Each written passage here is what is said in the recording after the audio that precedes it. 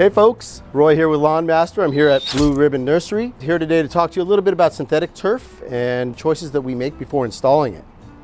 Synthetic turf can be a very viable product for the right application.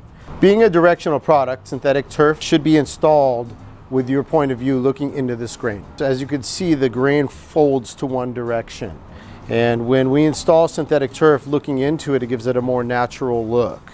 When you install synthetic turf with the grain away from the main point of view of where you're going to utilize your yard and view the synthetic turf, will give it an unnatural sheen on the back side of the grass. No way! It's important to understand that when installing synthetic turf, we want to have the right type of area for your application.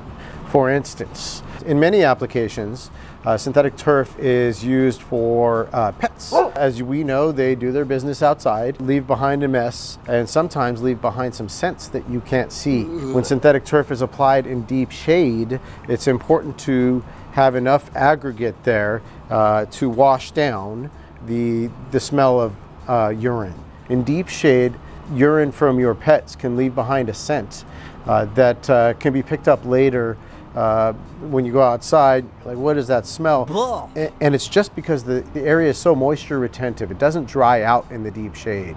Knowing that we're installing a piece of synthetic turf in the shade areas, we're going to want to come back and regularly give it some hose end water or leave a sprinkler system installed in order to wash down those urine smells.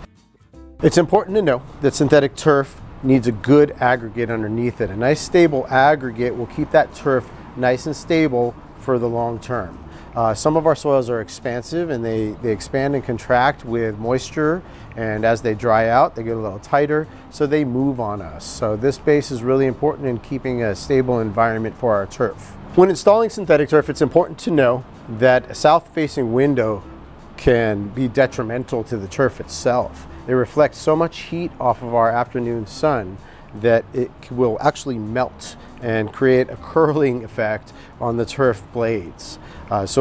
Your turf will end up looking like somebody put a fire to it. With synthetic turf, there are some things to know in terms of the quality of the product that you're getting. The turf products, they're all weighed.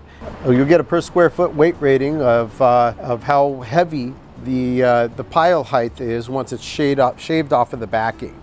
All of these backers here should have perforations every 4 inches in order for water to seep through, allow for proper drainage. The pile height refers to the height of the blade as adhered to the backing.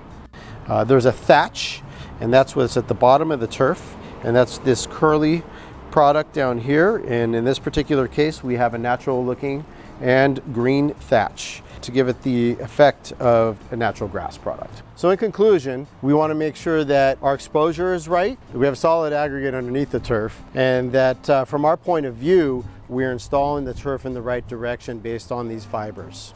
So I hope that helps. Please call Lawn Master if you have any additional questions. I'd be happy to help you out. Was that okay? One in the can. All right, one in the can. Good. I'm gonna go put this thing down.